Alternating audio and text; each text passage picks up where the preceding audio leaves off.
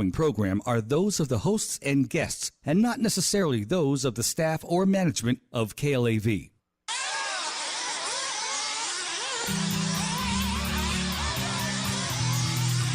The sport of radio control racing has swept the nation, and Vegas RC Raceway is proud to present the first radio show in the nation to cover this rapidly growing sensation. So, without further delay, your hosts Eric Flynn and the Big Shane bring you Radio Control Race Chat. Hey there, I'm Eric. And I'm Shane. Shane, a little change today. Pretty awesome there. You made me change it up today. So, there we go. Sounds good. So instead of the Big Shane or Big Shane, today is Shane. Today just plain old Shane. Plain Shane. It could be the Shaneinator because we're having the Lutzinator on today. That is right. Big day. Ryan Lutz from Team Durango is going to be our interview on the show today. Super awesome. We've been waiting to interview him for a long time. Absolutely. Before we move on here, if you're going to want to call in and ask Ryan a question or Jeremy from RC Insider or us, you can do so at 702-731-1230.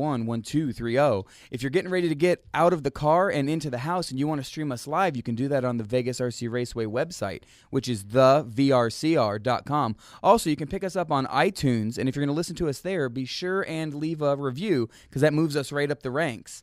And this issue... What exactly do they look up on iTunes? Because I've had some questions about that. Well, what happens is if you go to the Vegas RC Raceway website, there's an area that says for iTunes, so you can click and that takes you directly to it. If you go to iTunes, it's under sports and recreation. Okay. And so they go to that tab and then... just type in RC Race Chat? Yes, RC Race Chat, and it brings it right up for them. Okay. And you can hear all of our episodes from the first one all the way to this one, which will be on tomorrow morning. Awesome. On this show, first off, this show is brought to you by RC Insider, as always. Jeremy, a great guy there. Studio 44, Casey, he's a great guy. He does all of the printing and promotion stuff for Vegas RC Raceway, as well as a million other things. Yeah, Casey's super awesome. Awesome guy. I like him a lot. My Child's Teacher, that great website we told you about before. If your kid's missing homework, needs to get a hold of your teacher, you want to do it in an appropriate manner, that's where you want to go for that, mychildsteacher.com. Also, Bombshell Bodies, Rocco there with his bombshells. Those things are awesome. You can check him out at Facebook.com/bombshell. Also, real quick, I want to give a shout out to Dave at Coyote Hobbies. He made a swing in to the shop. I like Dave's super cool. When I went down there and raced at his event, he had his first event there. He's an awesome guy, and his family is working at the counters, and him and his wife and I think his brother run the show down there, and they're super awesome people. Yeah, this guy, he came in. I talked to him a couple times on the phone, once when I first opened, and then again a couple weeks ago letting him know about the Electric Master Series. And he said, you know what, I'm going to be in Vegas. He says, I'll come in and see you. So we were getting ready to start doing our layout change that evening, Sunday, and everyone had started to kind of leaving for the evening. And he came, and we spent about 2 hours together talking, getting to know each other, trading track secrets, if you will. That's cool. That's cool that he's able to give up his information, and you're giving up your information. You know what I mean? It's good to see tracks work together. Oh, absolutely. And that's always the main goal. When everyone works together, I think the hobby is better for it. Yeah. Absolutely the way to go. So that was great talking with him. But we have a great show for you today. First off, our RC Insider segment with Jeremy. Yeah. Then we have the interview with Ryan Lutz from Team Durango.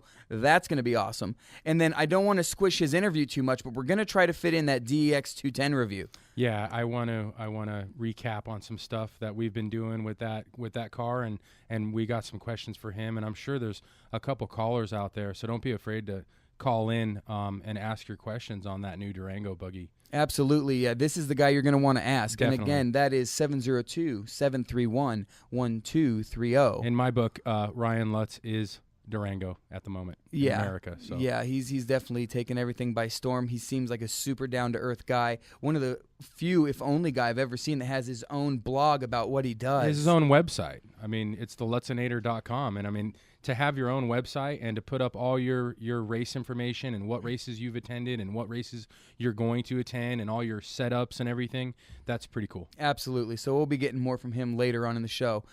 Also, I wanted to plug our Master Series, Electric Master Series. It's going on from November 12th to December 17th, and I've put my heart and soul into this thing. Yes, you have. I think it's going to be phenomenal. If you go to one series this year, this is the one you want to go to. This thing is really, really well backed. I'm talking about Losi, TLR, RC Car Action, RC Insider, BCE Chassis, J Concepts, Viper RC, Airtronics, Thunder Power, and Studio 44. That's a lot of sponsors for one event. It is indeed. That's great. Most places are doing these point series with one guy. Yeah. And I think we talked last show about doing an eight series race and getting a bottle of tire glue. Yeah. And that's not the way we roll at the Vegas RC Raceway. No, not at all. I want to make sure that when people come, they're getting a servo, a motor, a speed control, a kit, something. Yeah, throw hats out to people. Also, we're going to have the Sin City Roller Derby girls out there for the series. One of them, anyways, on December 10th, on that series day. That's going to be awesome. They need to put on some Proline tires and wheel around the track. Yeah. that would be funny to watch. Well, these roller girls, this roller derby stuff is really neat. It's Yeah. kind of like you've seen in the past, and they brought it back. These gals rolling around the rink and beating each other up. It's pretty awesome. And I believe they gave me a website here for them. Take a quick look. Yes, it is. It is sincityrollergirls.com. So you can go ahead and check out those wonderful ladies. Also, about this series here, you guys are really going to want to come out. We're doing a fresh layout. The layout is in at Yes. the moment. We just got through finishing up. There still needs to be some finishing touches, but the layout is in at the moment, and we're very happy about that. Yeah, it's being 100% clay. It takes a bit longer. Some other places can get done in one day. Yeah, this isn't normal dirt. It's 3-4 days to do a layout change at the Vegas RC Raceway. So we've really hit it hard. This layout is unlike anything that's ever been there before. It is phenomenal. Yeah, it's pretty cool. It's high speed, big, huge bank turn at the end of the straightaway, a huge 5-pack or a roller into a triple, I guess you'd call it. Yeah. It's ski jumps. It's a nice crossover, but it's good enough that you're going to get some huge air. Also, it's easy enough for anyone to do. That's the thing. I usually, when you first showed me the crossover thing, I usually tend to stay away from anything with a crossover in it. But I think this one's going to work out really well. It just, we kind of shortened up the landing on it, so like even stock truck and stuff like that is going to be able to make it. Yeah. So it's not going to be a problem. It's not in the way. It's totally visible. I think everything on the track this time around, everything is visible from the driver's stand. There's no blind spots. There's nothing that you're going to be missing your car. And, Yeah, no matter where you stand on the stand. Yeah. You have premium real estate. Yeah, that's pretty cool. I think this is our only layout that's ever been that way, actually. Yeah, some of the ones we've had some really big jumps where if you're standing in a particular spot, you miss a little Yeah. something. This time around, we didn't do it. So, come on down. It's going to be every Saturday from November 12th to December 17th. I'm talking good prizes, cash, plaques, fun stuff, for kids. Everything's going on. Yeah. Stickers, hats, shirts, kits, cars. Yeah, you had to make it tough on me this week too. Yeah, I know you have helping JBRL. with the layout changes, and then my family came back today. Right. They the only time that they're able to see me is at the track while we were working on it. Yeah. And hopefully I can go home tonight after this radio show and spend some time with my kid and my chick. So Absolutely. it will be good. I miss them a lot. And then I'm packing up and getting ready to leave. I'll be working all day tomorrow in the garage and Wednesday. So it's Getting ready for the JBRL. Wednesday and Thursday morning I'll be getting ready for JBRL, and I'll probably be there till Sunday this week. We're leaving early. We're gonna race at the 111 Raceway. I'm leaving with Scott Mango from Cichlids. He usually is my ride to a lot of these events, and then it sucks that we're not gonna have my buddy John W. Yeah, he Wad him goes up, with you. Watanabe. He's not going to be around for this one, and he said he was, but he's got other priorities at the moment. It tends to happen. Yeah, it's the last round. I can't wait until it's over with, and then I have some time off, and I can focus all my attention at our track. Absolutely. Yep. That's wonderful. And moving on, we have our RC Insider segment with Jeremy. Jeremy, how you doing, bud? What's going on, guys? What's how we happening, doing? Jeremy? Another day in paradise. What's going on in the RC world? Dude, it's been an interesting weekend. I don't know if you guys saw my website Monday morning. I posted some information about West Coast bidding for the Worlds. A couple weeks ago, you guys, I had when you had Mikey Bustamante on your show, I brought up the fact that Danny's track West Coast would be getting the 2012 on-road paved nationals. Well, this past Saturday he called me to pub one of his series races that he's working on, and he confirmed with me that yes, he bid on both of those nationals for next year, the off-road and the paved nationals, and he hasn't heard if he's getting either one of those races. But he also did confirm to me that he bid on the 2013 Worlds when it comes back to the U.S.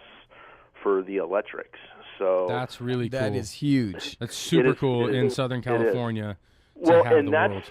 And that's what I find so fascinating about it, is because it's like now I'm kind of interested to find out, and I think I'm going to work on this in the holidays, is find out what other tracks in the U.S. actually are trying to get that race at their track. Like which ones? Like, I placed a call in OCRC on Sunday, but they were racing at the time, and Robert had left the track. I wonder if OCRC's put a bid in. I wonder, if Jimmy up at Hot Rod has put a bid in. With all the other tracks on the East Coast and in the Midwest that are top-notch facilities, you'd think to wonder what some of the other tracks are that bid on it. The only thing that I think is interesting about that story is I had a pretty long, in-depth conversation with Danny. Was you're shutting a track down for almost a week, 2 weeks, getting that thing prepared, getting it ready, and it's got to be right. You lose business with just leaving it set up for the Worlds, because remember, if a track races 3 to 4 times a week, they lose all that, Yeah, but don't you think he'll gain business from having that event at his track? See, I wonder about that, and we were talking about that. You got to share a piece of that pie with probably FMAR or the Roar Block. I mean, they don't get the full entry fees for all that stuff. Yeah. Then you got to figure you're probably have to. I'm assuming. At some point you're going to want to pay some turn marshals. You're going to want to do like what Vasa did in Finland, this past July. I tell you, it's not easy, hosting one of those. I heard, the last time it was out here in Vegas for the 8 scale Worlds, it was very expensive. Or in North Carolina, when they had it in North Carolina, it was expensive to host one here in the U.S. I can only imagine. Say they brought that race to you guys out in Vegas, it would be very. I would be interested to see how you do that, Eric. As a track owner, you'd probably absorb some serious costs for that, wouldn't you? Well, he's used to shutting down for long periods of time. Actually, it's not that long. We've gotten it down quite a bit. Yeah, we got it down, but I remember the first couple layout changes. You were shut down for a week, yeah. and yeah, that hurts. Yeah. Yeah, I mean, when you get to a point, especially when you're open 7 days a week. So now it's not like, we were closed anyways. Right. So here's a couple days. It's each day is taking it's away. Costly, yeah. But you got to remember, towards the end of a layout cycle, your practice base drops off exponentially. Yeah. And your race base also starts to suffer because people are like, well, I've raced the same race. Yeah, they get sick of running the same layout over and over and the over business again. that you lost over the time that you're shut down for the layout change is made up 2 or 3-fold in the first 2 or 3 days you're Everybody's back open. super excited to come and run the new track. Okay. And that's usually the way it is. And Jeremy, real quick here, we have a caller on the line. What do we have here? You're on the air. Rob. Yes, sir. You are on the air. What's your question? Not much. How you guys doing tonight? Great. Doing well. How are you? Real good. Real good. Unfortunately, we're not being able to run tonight because Mother Nature kind of gave us an overwatering here last weekend, and it looks like the same thing's going to happen this weekend. So actually, I got the night off from the track, which is a nice change occasionally. Awesome. That sounds good. So did you have a question? No, you guys were just talking about the 13 Worlds, the electric Worlds here in the U.S., and I know Danny and I have talked about it, and obviously, for the most part, people know that Thunder Alley put their bid in for it. There we go. Yeah, it just clicked. Yeah, the sound guy showed the name across the board. Didn't make sense. Yeah. So how you doing? There we go. Now everything clicks. Rob Jackson from Thunder Alley. There we go.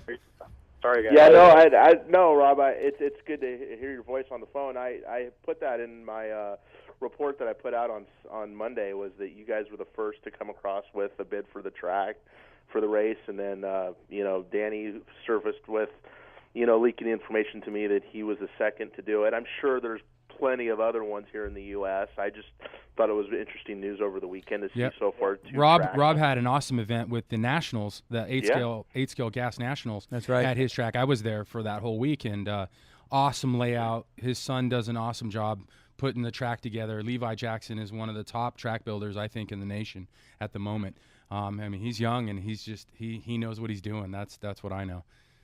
And I always have a great time. I always have a great time at your place, Rob. Yeah, no, we're actually trying to promote that, his track building a little bit more. He actually has a, logo and stuff we're trying to get out there, and he just came back from Santa Barbara doing a track for those guys up there. So, but, it's easy. That part's easy. Yeah. Wow, that's something.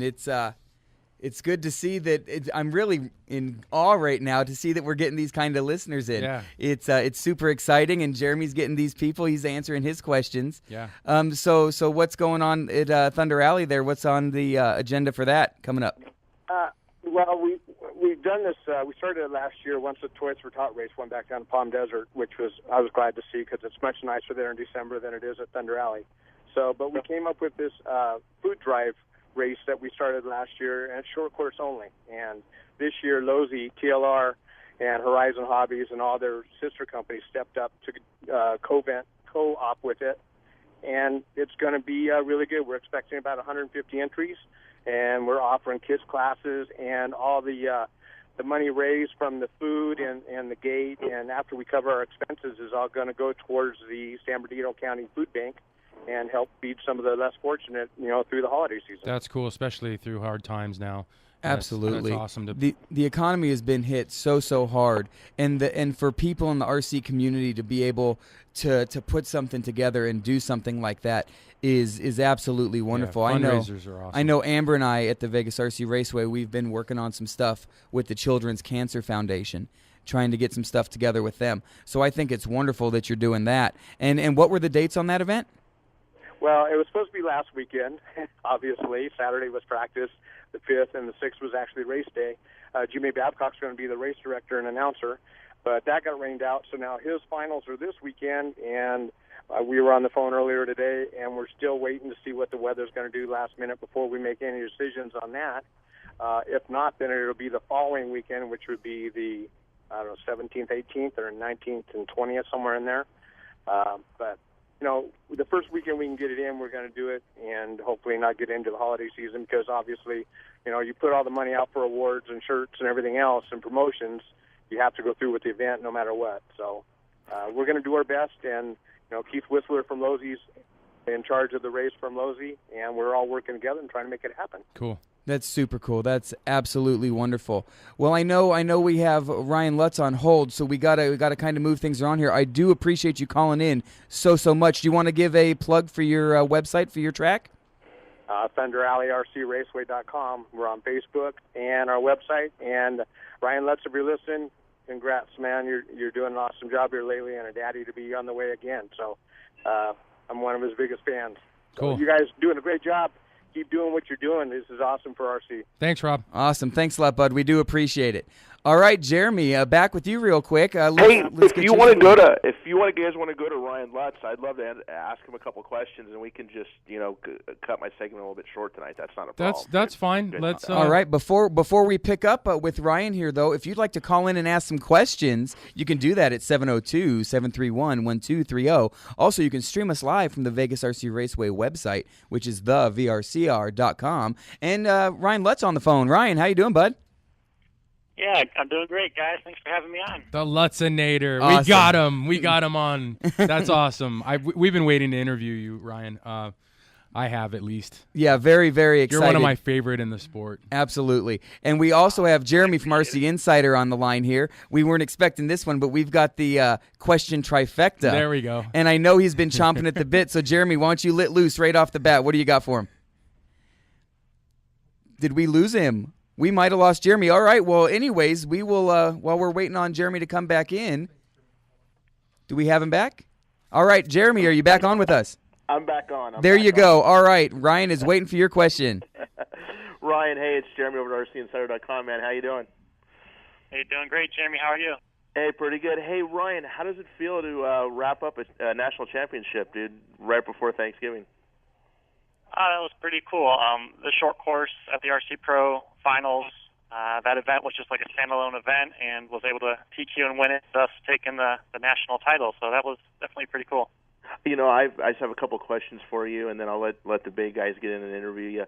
I've gotten to see you run the Durangos so many times this year, and for people that haven't gotten a chance to get out and meet you and see what you're doing with Teak and Electronics for the Durango, I mean, you've been putting a lot of time in with Randy Pike, and you got that car on rails, man, that truck on rails. Yeah, I mean, the truck is a dial truck. It's got amazing corner speed, which is, I think, its biggest plus. And, you know, with the Teak Electronics, it's just ballistic fast, more power than you could ever need. So just the combination has worked really well for me.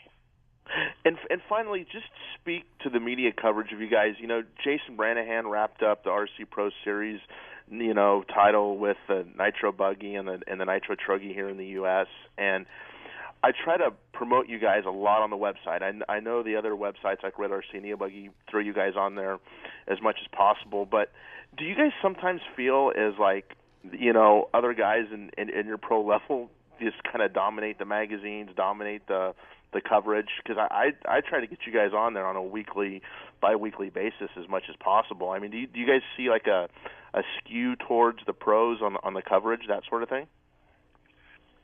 Yeah, most likely. I mean, I think, you know, that's where they think they get their fellowship through is, you know, through the pros. But, yeah, you know, getting, I think, just a wide variety of people on there and all the different events, I think would be great for the hobby. You know, people to have like, oh, that track's like an hour from me, you know, and these people did great.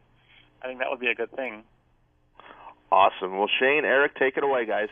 Awesome. Well, hey, thank you. And that was an awesome RC Insider segment today. It's always something new on RC Race Chat. Ryan, let's crack right into this thing here because I know we got a lot of questions for you. For those listeners that might not be familiar with you, why don't you let everyone know a little bit about yourself? My name is Ryan Lutz. I'm 26-year-old. I live in Northern California in El Dorado Hills, about 40 minutes east of Sacramento. I'm originally from Ohio, grew up there, lived there for 20 years. I've been racing for 18 years, almost 19 years now, and been racing professionally for about 5 to 6 years. Wow, that's quite the biography there. I know Shane here's got his next question for you. What's going on? How did you get involved in RC racing, and what was it about the sport that made you take it to the next level? Oh, actually, my dad's owned a hobby shop nearly my entire life, so I've been around the cars forever, and so I got started when I was 7. And basically, it was just a natural thing. You know, I watched my dad do it every week and have fun with it, and so I got started. And then as far as taking it to the next level, you know, being from Ohio, you know, it's not Southern California. It's not the Mecca. So finding, like, a job in industry, I never thought it was possible. Yeah, but that's tough. I went to college, and then when I came back from that, I really wanted to focus on racing for a year just to see where it would go. And the RC Pro Series has just started up, and I won my region. I went to the finals in California, and TQ'd Truggy class, and like no one had ever heard of me, and so I made a big splash there. And then, you know, got a few phone calls, and Kyosho offered me a driver position, and then about 6 months later, they offered me a job, which is why I moved out to California. So wow, that's snowballed. That's really neat. At 7 years old, how much interest did you really have into it? Was your dad pushing you into it, or did you just want to go out and do it all the time? As far as I remember, I just wanted to do it all the time. Like when I was really young, probably like 3 or 4, he used to lay me out on the front lawn, and he would take his converted twin-engine USA 1 that he made and run me over with it. So I just always loved the cars, always loved everything about them. So from when you were young and you were watching Pops out on the track and you would get out there, you knew, I know some people say they want to be astronauts and this and that, you knew that you wanted to do something with the industry. You didn't want to give that up. Now, as you got older, you went into college. That takes a big step to finish college and then be like, you know what, I'm going to come back to it and see where it takes me. Was that a little frightening for you, or were you in the situation with the hobby shop and everything else that it didn't really matter? Well, it wasn't exactly like that, I guess. I actually finished high school, and I didn't want to go to like a 4-year college. You know, I didn't totally like school, but I was good at it. I just didn't like it. So I ended up doing culinary school. So I went to school to learn to cook, and the program was 16 months long. So it was a nice short program. And then when I came home, you know, I was the food and beverage manager at our local bowling alley because they would give me the time off to go race. So I was kind of doing as much racing as I could while also trying to perfect the craft that I went to school for, not knowing that anything in RC was ever possible. And it just it came about as a surprise that it was possible. Well, that's neat to be able to have something like that happen. I know for a lot of people, that's they get into this thinking that that's just going to happen, but for the very few that it actually does, it's a dream come true. Yeah, absolutely, it is a dream come true for someone. Even though he has probably one of the toughest jobs out there, like all factory drivers, they're long schedules, long flights.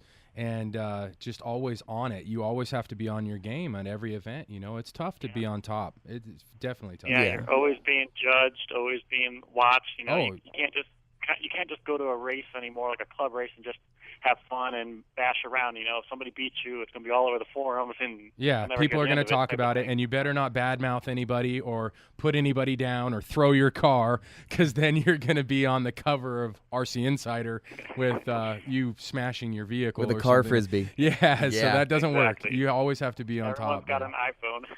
Yeah, especially now with smartphones, you can't let your guard down for even a moment. No. And there's a lot of people that look up to you. So now, what steps did you take to be able to compete with a lot of these best drivers in the world? I know you've got some stiff competition out there. How much dedication is required to stay on the top? Quite a bit. You know, I actually kind of noticed about 2 or 3 years ago, maybe before the Worlds in North Carolina. Like, I really started to see some of the top guys really put an extra effort in. Like before, it seemed like, you know, they were top drivers, but they didn't give it 100% as far as like the preparation. But then all of a sudden I saw a few of them like really step it up. And so it's like, you know, I got to do that as well. And so just the hours of preparing the cars, writing setups down. So like the next year you go to that track, you already know where to start. You have a good starting place, know what tires to bring. You know, all that's so important.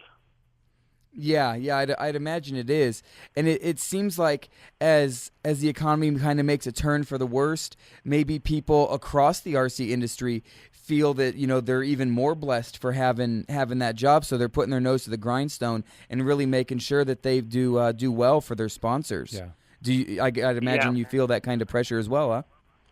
Oh, completely. I've unfortunately followed the economy a lot, and I totally feel that way, and I'm giving it 110%, you know, be able to do what I do. Well, that's good. That's good. And Shane, what you got here? Yeah, what about Team Durango made you want to become part of their factory program? And for 10 years, I mean, you have a 10-year contract. So that's a tough and a big step to just go into something and say, here's a pretty fairly new car company on the market, and I want a 10-year contract with you guys. What made that happen? Well, you know, I was with Tamiya before the Worlds, and I ended up on my own terms leaving Tamiya. I wasn't happy internally, and I didn't know where I was going to go. I didn't know if I was going to go to another company to race for the next year. I was going to take a year off to go to school possibly. But then I started getting some phone calls when the news was leaked, and, you know, some offers, and, you know, I considered a few of the offers, and then just talking to Durango, you know, they gave me the opportunity they sent me to the Worlds, and I said, you know, I'll race for you guys for 3 months, and we'll see where it goes. You know, we'll see if we like each other. If you guys like me, I like you. If I like the car and where the company is going. And, you know, I went to the Worlds and then a couple of races after it, and just talking with them, I really liked the company. I really liked the direction they were going, and I really believed in them. And so, you know, Jason, one of the main guys over there in England running the company, he said, you know, let's do a 10-year deal. At first I was hesitant, you know, I'm like, 10 years, you know, so much can happen. But at the same time, you know, one of my new philosophies is to really try to keep my core package of RC, you know, sponsors together, because I feel like being very confident in what I run is so important. And people who are switching every year, every 2 years, it takes a year to learn a new car. So I feel like in 10 years, I want to know this car so good that, you know, I'll be untouchable. You know, that's my kind of goal. What was the first thing that caught your eye with that Durango? I mean, the engineering was just amazing of all the parts, the thought process that went into so much of the car. You know, the car is designed primarily by a gentleman named Gerd in Germany, and you know, he's just an amazing guy. So many ideas. It's really cool working under him. I know one thing that I've noticed, Ryan, is the tolerances on these Team Durango vehicles are a million times tighter than anything else I've ever seen. Yeah. I mean, even on this DEX 210 that we're going to talk about later on in the show, it's dropping these pieces in. It's super snug. There's no play. There's no slop. So I see what you're saying about the the design of it all. I think the quality of their parts. I've been looking at the 4-wheel. I saw the 4-wheel buggy, and I've seen now the Durango, the DEX 210. And by viewing these cars, I think the quality of their parts are awesome. Like everything from shock towers to the arms to the axles to the dog bones and stuff that are in there, or CVAs. The quality is unmatched. Now, Ryan, with the kind of with what Shane's talking about here, the plastics and that kind of stuff is something you've been with these other companies. How do they compare? Do they feel similar, or is it a different mold completely? It seems a bit more durable. The plastics I think they are pretty good. I've been with Kyosho and Tamiya, who are also two of the biggest top modeling companies out of Japan, and they make great plastics as well. So actually all the companies I've been with have actually had really good plastics, so I really haven't had to worry about that. But yeah, the Durango, the arms never break. I mean, just never have to worry about the plastics. It's a really reassuring feeling. Well, it is. It's nice to be able to go out on the track and know that you have to worry about just racing and not about something going wrong, and that's excellent. Well, it's cool to open a package of parts and know that everything fits correctly and you don't have to modify anything. With some other vehicles that I've ran in the past, you have to cut chassis and do stuff to make it fit because the mold wasn't right or something was wrong. Yeah, flashing. It was quality control. Quality control wasn't there, and I see a lot of quality control with. I run like a Mugen 8 scale, and the quality control with Mugen parts are really good. I mean, and it seems very similar with the Durango stuff. The Durango, as well. I think, is a step above actually. Yeah, they looks like they definitely put a lot of work into it. Now, Ryan, with the recent introduction to so many new Team Durango platforms, how has your work schedule changed? I'm trying to run more classes at the events I go to. The thing that limits me the most, of course, is I fly to all these races, so baggage. And, luckily I fly Delta all the time. I get 2 70-pound bags for free, so I can generally stuff 3 cars with me. So I generally take my 8-scale nitro, the 8-scale electric, and then the short course truck. Now, pretty soon we might have a truggy to test, so I'll have to see how that's going to fit into my luggage or which class I'm going to have to not run to be able to run the truggy or whatnot. But basically I've been running those 3 cars for the last few months. I haven't really ran much electric 10-scale at all. So actually, like you guys are going to be talking about the DEX 210, I haven't even got one yet. Mine's probably over the Atlantic right now on my way, but I don't actually have one. Wow. I'll tell you what, some of my team guys are having the same issue. Yeah, I've driven everybody else's car but my own. So I have 2 of them on order, and I still haven't had my hands on it, and I'm kind of upset about that because we're going to be running a point series up here, so I have no time with the vehicle. I don't even know how to put it together. And it's a tough one. Now, with the onboard baggage, I know a lot of people talk about bringing their RC stuff with them when they go on trips. How exactly does that work? Do you have one of those plastic cases that you check, or is it above seating, or how do you do that? No, actually, I have one of those big OGO bags, like for snowboarding or something. Yeah. I use that as one of my bags, and then I just have like an oversized suitcase as my other bag, and those 2 I check, and I put all my RC stuff in there, and then I carry on a small suitcase of clothes and my radio. Huh. That's neat. What about all the fluids and stuff? I know that since 9/11 and all this stuff. Like, what about the fluids? How do you get? How does that work? Like motor spray and gas and stuff like that. Do you have that stuff delivered to you at these races? Yeah, one of my sponsors is Byron's, and they are amazing about getting fuel to all the races that I go to. Generally, they have a team driver or a hobby shop local that'll bring the fuel to the race for me, and the other team drivers as well. So you never fly with fuel, and you can't fly with any aerosols either. You're not supposed to.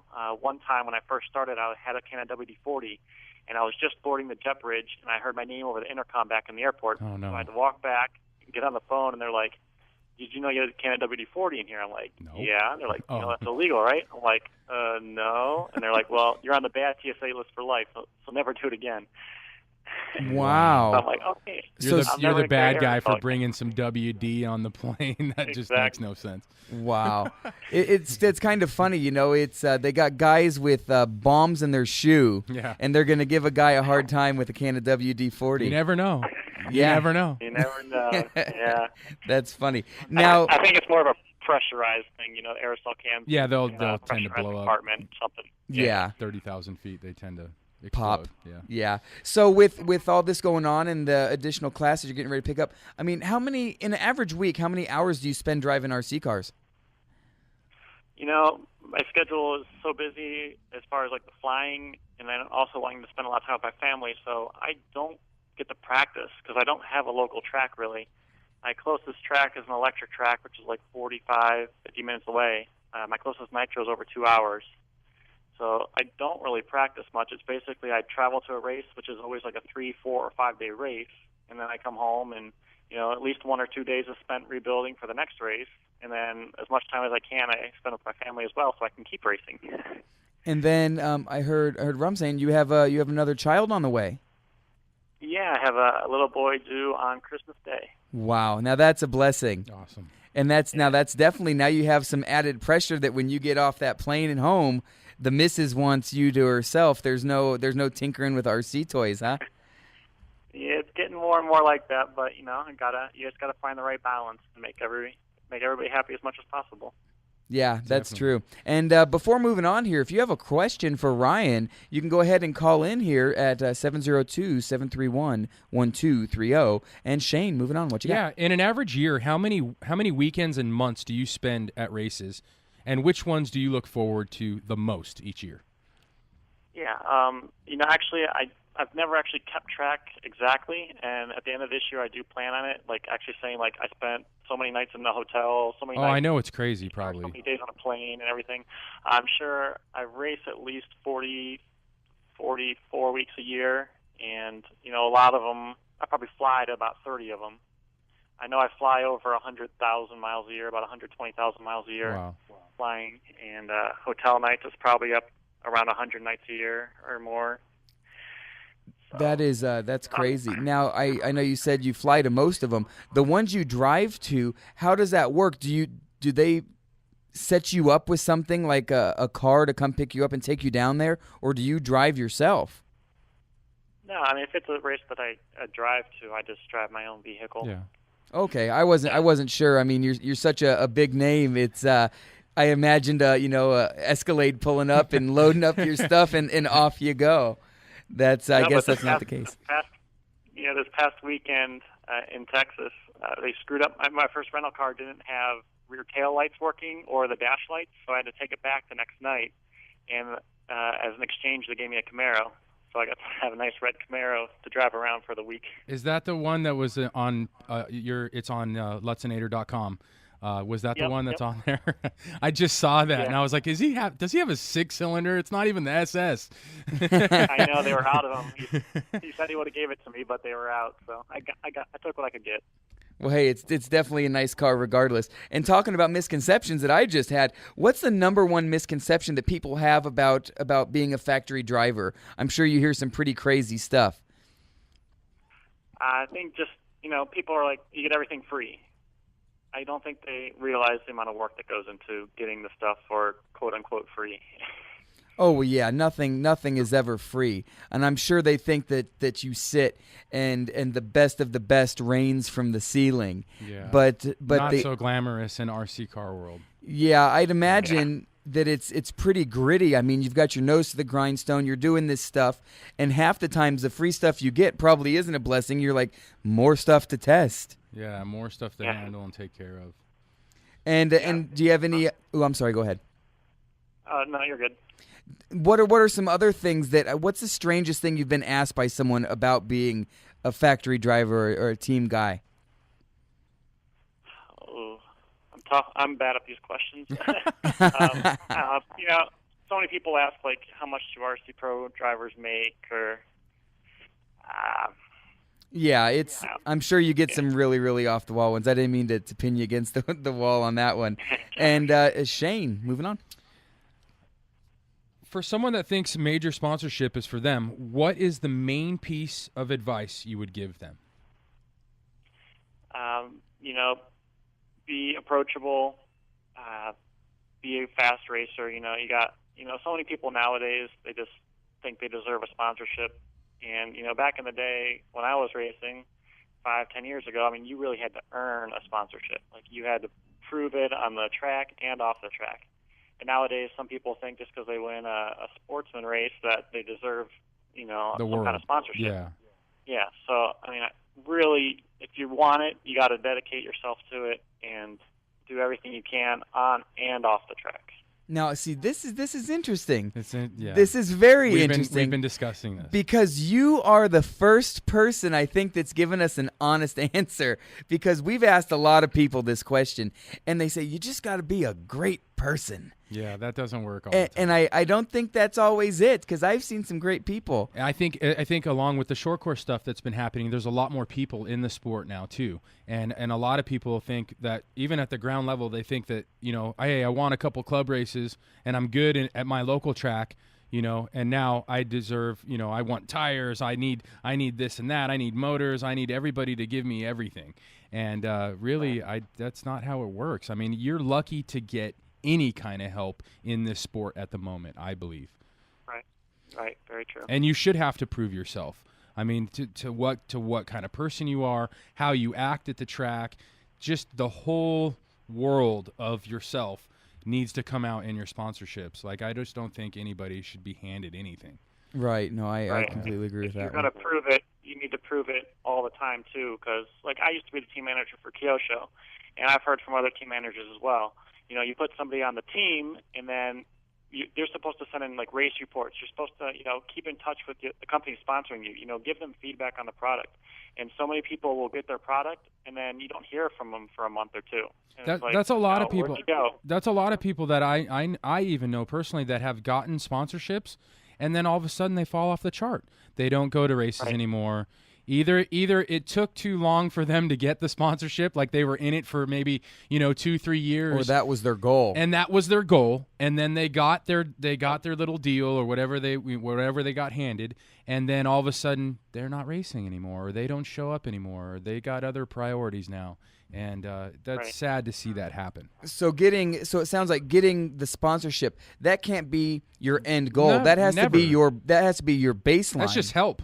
Yeah, I look at it as that's the help I need to get to these events, and I'm sure Ryan feels the same way. Like, he needs that help. He needs those extra parts. He needs all the sponsors that are behind him, helps him win races. Now, when you're at these events, do you have time, being as busy as you are, to help people out, to kind of answer questions and that kind of stuff, or do they have you on such a regiment that you're kind of in your easy up, just doing your thing? This is one place where I feel like I really differentiate from a lot of the pros, is that I will sometimes even sacrifice myself to help somebody. And, if it means I forget or I don't get a chance to change a part of my car, if I still think it's okay, I'll still go with it. Like, at a race in South Carolina a couple weeks ago, some guy had a Durango car, and I took his car apart and, like, totally rebuilt the linkage, and actually took the motor, my spare motor, and put it in his car because his slide was sticking on his engine. And I did this all, like, he was up in like 20 minutes, and we changed all the stuff just to get him so he could run the main. And I'll do that for anybody if they need an issue, if they need it. That's cool that you take the time out of your race program to help somebody else out and make sure they get on the stand. Well, I think that's tough. That's tough to find in a pro driver situation. A lot of pro people, they're focusing 100% on what they're doing because they want to win, and they're there to race too, and they tend to forget the little guy. Well, and that's a big part of it. It's how we get our paycheck a lot of times. It is contingency, so it is a balancing act. Yes. But at the same time, I'm more happy with myself if I help somebody else and they get to finish and see the smile on their face. I mean, that's the biggest part to me. Well, yeah, and when you do something like that, I think you've made a fan and a customer for life. Yeah, and then this word of mouth. People are be like, hey, Ryan helped me out, and he didn't have to. And then he'll tell his friend, and everyone tells their friend, and it's just word of mouth, and it's a good thing. Well, that's definitely awesome that happens. And with a new race season coming around here, what are some of your goals and ambitions for this coming year? This last couple of months, I've really feel like I've got my program pretty good. My cars are amazing, and I've been winning quite a bit lately. And so next year, I just hope to carry it over. And I really want to go like the Worlds warm up, and then I want to give it my all at the Worlds. I definitely feel like I have a shot at winning it, and so I'm gonna do everything I can to win it. So your whole season is gonna be you're gonna have your eye on the Worlds there. You're really wanting to drive that one home. It's that's definitely a big goal. I think you definitely have a chance at it, though. It seems like you've been knocking them dead lately. Now, with that eye on your goal, are there more races that you're going to try to attend more so than others to prepare for the Worlds?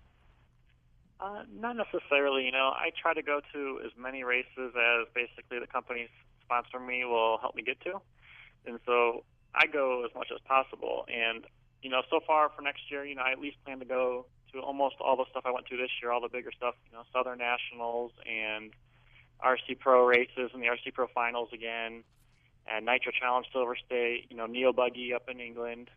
As much as I can, I just like to go to all the big races. I like to go to different parts of the country. Like this year I did a lot in the Southeast. So next year I wouldn't mind doing some North and Northeast because I really haven't been up there too much. So I like to spread it around and see new people, see new places, and have fun. That was one of my questions is, what was your most memorable, let me see how I can put this. What was your most memorable race that you've ever attended? This year, the Fataba Nitro Challenge in St. Louis was probably one of my best races ever in the main because on the first lap, I was TQ. On the first lap, there was a big triple, and there was a kicker in it, and I hit the kicker and totally nosedived into the ground and broke my shock mount. First lap. I drove 7 minutes with a broken shock mount, so the one shock not working. And my pit guy went back, got one off of his car, brought it back, and so during my pit stop, they changed it. And I was still in fourth place. I was able to keep it in fourth for that whole time. And so I was 2 laps down, though, when I got back out. And in the next, it was a 45-minute race. In the next 38 minutes, I was able to catch up and win the race by a lap. Wow. So that's memorable. That was my best focus I've ever been. I was there. I'm like, I got 38 minutes. If I planned on winning this race by 2 laps, I can catch up 2 laps. So yeah, some people would have gave up, and you figured, okay, I'm going to drive the wheels off of this thing, and I'm gonna put it up front. I know that I can drive these consistent lap times, so I'm just going to put down the most consistent lap times I possibly can, and hopefully be on the podium at the end of this thing. And that's what happened. That's awesome. Well, that was great. That's super neat. Now, when you came down off the stand off that, I'd imagine there was you're pretty excited about that. Was there quite a bit of publicity about that when that happened? There was quite a few people still watching the race, and all of them were just amazed. They're like, I can't wait to read your blog. That's what a lot of them told me. Now, that's real quick before we move on. That blog there, that's really, really awesome. I don't know if there's a way to judge, but do you have a pretty large base of people that check that out on a regular basis? Every day, I think my minimum is about 60 hits a day. And on days when it hits, like if I go to a big race and the news hits a bunch of the news sites, I get up to 1,000 hits. Wow. So even on the days where there's no news, nothing going on, I get 60 hits regularly. I actually think that you're one of the industry leaders. I don't know how many other people do this, but you actually promote a lot of stuff, and then you having your own website and doing your own thing. You with race reports and blogs and forums and stuff, you're always on like RC Tech, always doing little reports here and there, and I don't see anybody else in this industry that does as much as you do on that level. Yeah, I appreciate it. To me, it's part of the job, and it's part of proving myself every day to my sponsors that I'm worthy of what they're giving me. So. Well, they're definitely lucky to have you. That's Yeah. for sure. Great driver and a great person. It sounds like doing all these things to make sure that you're pleasing everyone that's attempting to take care of Industry changer. you. Absolutely. Yeah. Everyone should become that way. Yes. Now, real quick here. I know I have a ton of people dying for me to ask this question because they're having a really hard time. I know that you said you haven't really had much time with it yet, but as far as setup sheets for the new DEX 210, is there any place people can get some setup sheets? Because I know I probably have 15, 20 people that have asked me, and they say, I cannot find anything on this buggy. Yeah. What do I do? Yeah, as far as I know, the number one place would be, team-durango.com under the setup sheets section. Every time our team drivers go to a race, they're supposed to send in a setup sheet, and then Durango, as quickly as they can, will post it on the website for everybody to be able to use it and try it. And I know a couple guys have sent in setup sheets, so hopefully they are on the website by now, at least a couple of them. I actually was on that website last night, I believe, or the night before, and the only information I found out about the DEX 210 was in the UK. And a lot of that stuff doesn't apply to America's tracks. I mean, I'm sure you can probably take a base setup Baseline. from one of them and then incorporate it into your own track. But I'm pretty sure Billy Fisher has sent in a setup within the last day or two, so hopefully, I'll prod him to get it up on the site right away. yeah, or even Randy's or something. Somebody that's been playing with it there for a minute. It'd be nice to have that on there for Randy's at least. at Disneyland right now. So. Yeah, he's definitely not putting any setup sheets on the internet at the moment. No. That's awesome. And Shane, buttoning up here. Yeah, in finishing, where would you like to see the hobby in 2 years, and what would you like to change about it? I just want to see it keep growing. The short course class was amazing for bringing a lot more people into the hobby, and I think we need to keep some of those classes, stock, where people can just pick up the car and come race, and then when they want to, race at a more competitive level, then there's the other platforms to do that with. But, we're seeing the, two-wheel drive and four-wheel drive short course, especially like the two-wheel drive, that should be just like a base car. It should be stock, run it. Do you think? I'd like to see. I'm sorry. Yeah, go ahead. Do you think that not having a stock, like everyone even on our local track and all around the country, I'm sure they're like want the fastest and the best stuff, so they want to get like an 8.5 motor in their truck or buggy, and I know that that's probably not the way they should start off with these cars, but they feel like they get left behind if they're not running a modded motor, and you say to go stock. I mean, what is your perspective on that one? I think just definitely need a class that remains stock, to where even a father with a son that has a $300 budget, $200 budget can go in, get the vehicle, and go race, and be competitive with the other guys in that class. Just really promote it, grassroots. Kind of like Rob Jackson was on earlier. Doing that grassroots series that they do for Thunder Alley. Yeah. That's so great. Just go back to basics in a way.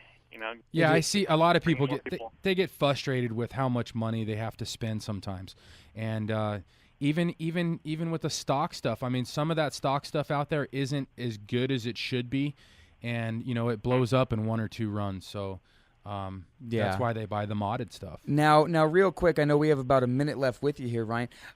What's going on with Team Durango and a two-wheel drive short course? Is there any word on that?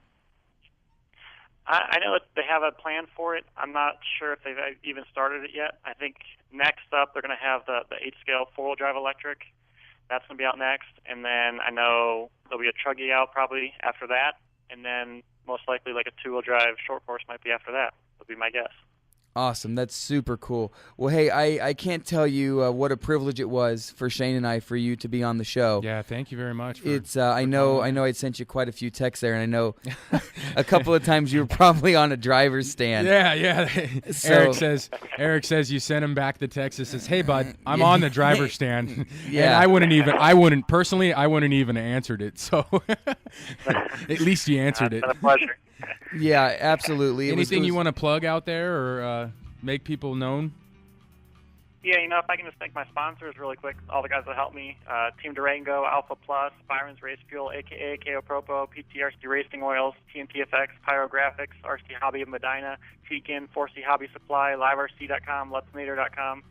my wife for letting me race, and, you guys for having me on the show. It's been wonderful. Awesome. Well, hey, thank you so much, you, Ryan Ryan. Lutz with Team Durango. We appreciate The it. Lutzinator. And that is our show. Catch us next week. We'll get the Durango DX210 review in. See you then. Have a good night.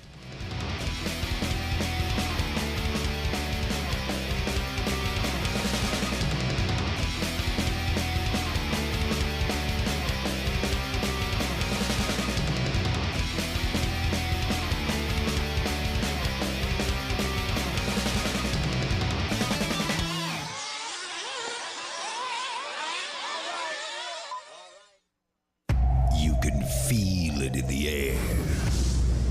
Football is back. I felt that one way up here. It's the NFL on KLAV. All season long. Hard-hitting, pulse-pounding, in-your-face football. And your favorite teams are right here. Jets, Bears, Chiefs, Browns, Texans, Patriots, and Raiders. It's the NFL on KLAV. Brought to you exclusively by Dollar Loan Center. Visit them at don'tbebroke.com and keep it right here for dates and times of your favorite games. The NFL, Dollar Loan Center, and KLAV. This is gonna be good. Just win, baby. My name is Jeffrey Burke, and I'm the host of the Staying Healthy Show here on KLAV. The Staying Healthy Show is now on KLAV 10 times per week. 10 times for you to hear the best guest in the industry and learn about the best nutritional products available for your good health. You can hear my show weekday mornings at 8 and a new show again at 5. Both shows are drive time for your listening pleasure. The show is sponsored by Stay Healthy Health Food Store, located at 840 South Rancho Drive in the Rancho Town and Country Center on the northwest corner of Charleston and Rancho. The hours of the store are Monday through Friday from 9 to 7 p.m., Saturdays 9 to 6, and closed on Sundays. Wayne Rudolph built his store with 3 principles in mind: great products and selection, a knowledgeable staff, and memorable service every time you visit his store. Please tune into the Staying Healthy Show 10 times per week here on KLAV. I'm looking forward to chatting with all of you and helping you get healthy, be healthy, and stay healthy. Hi, my name is Gary Bridges, and I am the Home Pro Inspector. Join me every Wednesday at 1 p.m. Each week I'm going to take you on an inspection of a home we have here in the Las Vegas area. We will discuss the inspection points we observe and the common safety and hazardous defects we find. I'll explain everything you need to know about what is behind the walls, up in the attic, in your yard, and the systems that operate your home. So join me on the Home Pro Inspector every Wednesday at 1 p.m. and have a safe and happy home.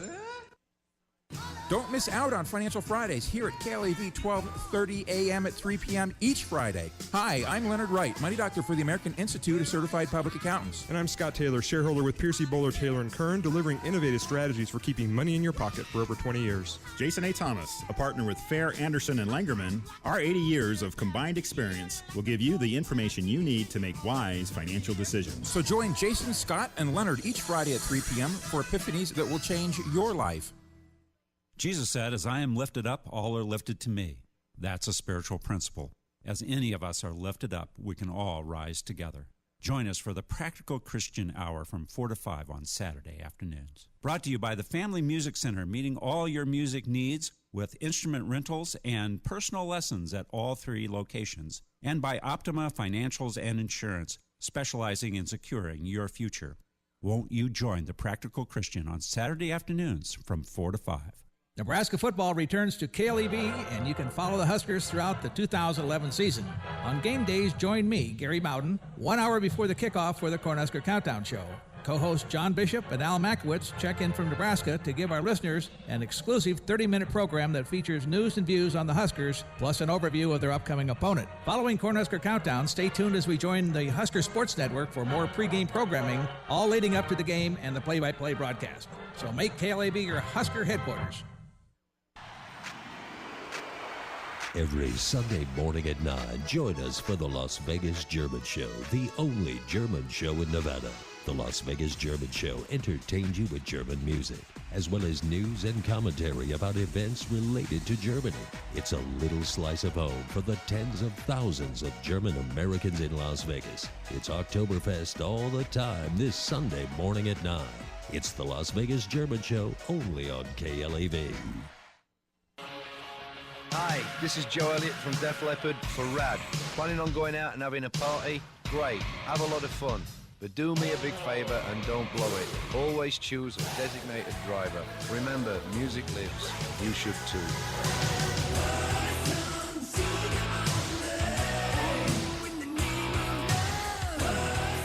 A public service message brought to you by the U.S. Department of Transportation.